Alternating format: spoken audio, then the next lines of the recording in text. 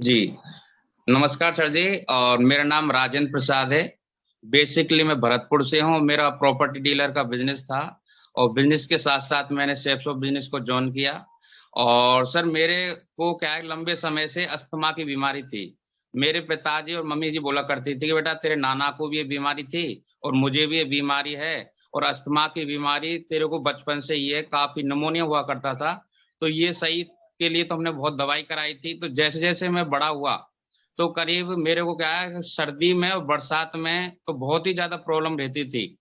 और उस प्रॉब्लम की वजह से मेरे को क्या है कि कहीं भी अगर मैं एसी में गया तब ऐसी बीमारी होती थी। और सब्जी मंडी में अगर सब्जी खरीदने भी चला गया तो शाम को मुझे अस्थमा ही उठना था। तो मेरे जीवन में ये था कि ये बीमारी ऐसी है जो बताया जाता है कि अनुवंशिक बीमारी है, इसका इलाज तो है नहीं है, फिर भी कोशिश करने में नहीं है। तो मैंने काफी दवाई ली, चाहे वो मेडिकल डॉक्टर की दवाई थी। कई ने तो मेरे को पंप दे दिया कि जब भी आपको ऐसा प्रॉब्लम होती है तो आप इस पंप को आप इस्तेमाल करो। तो काफी समय तक मेरी शादी भी हो गई। शादी के बाद में जब मैडम के साथ हम कभी जाते थे बस में तो वो वहां भी छींक आती थी और वो अस्थमा होती थी। मेरे जीवन में बहुत कुछ हो था, पर ये बीमारी ऐसी थी कि मैं कि कैसी बीमारी है पता नहीं, कि इसका इलाज होगा नहीं होगा।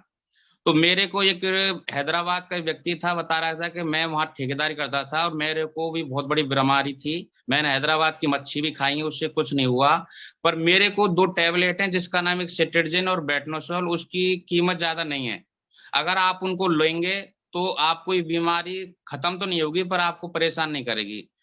तो सर मैंने करीब 4 साल तक सिट्रजिन बेटनोसोल, जिनकी कीमत ना के बराबर थी, 10 रुपए मिल जाती थी, मैं अपने बैग में लेके रहता था। और हर 3 दिन में मैं उनको लेता था।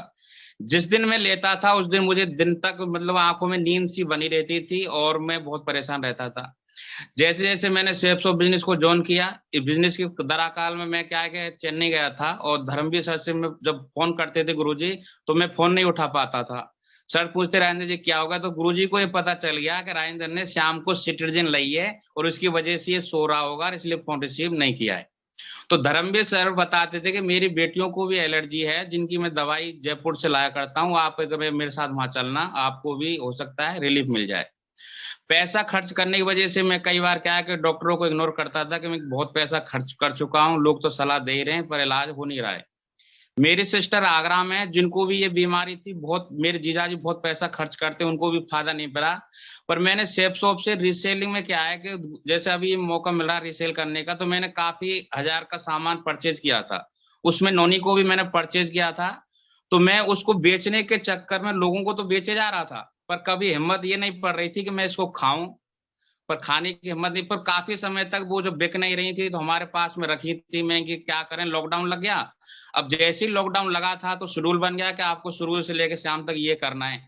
तो गुरुजी उस लॉकडाउन में मैंने ज्यादा नहीं 2 बोतल को मैंने यूज किया। और यूज करते समय मुझे ऐसा नहीं लग रहा था कि मैं बीमार हूँ, मतलब बीमारी खत्म हुई है, क्योंकि घर में था तो कोई हलचल नहीं थी।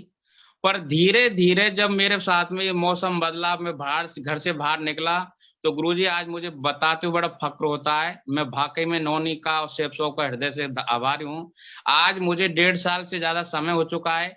बैग मेरे पास अभी भी है, सिट्रजिन अभी भी है, बेटनोसोल अभी भी है। और मौसम पे मौसम बदल गया, घर में एसी है, मैं खूब बाजार जाता हूँ, सब कुछ जाता हूँ, फिर मुझे आज तक मुझे कभी भी ऐसा अस्थमा जैसी प्रॉब्लम नहीं आई गुरुजी।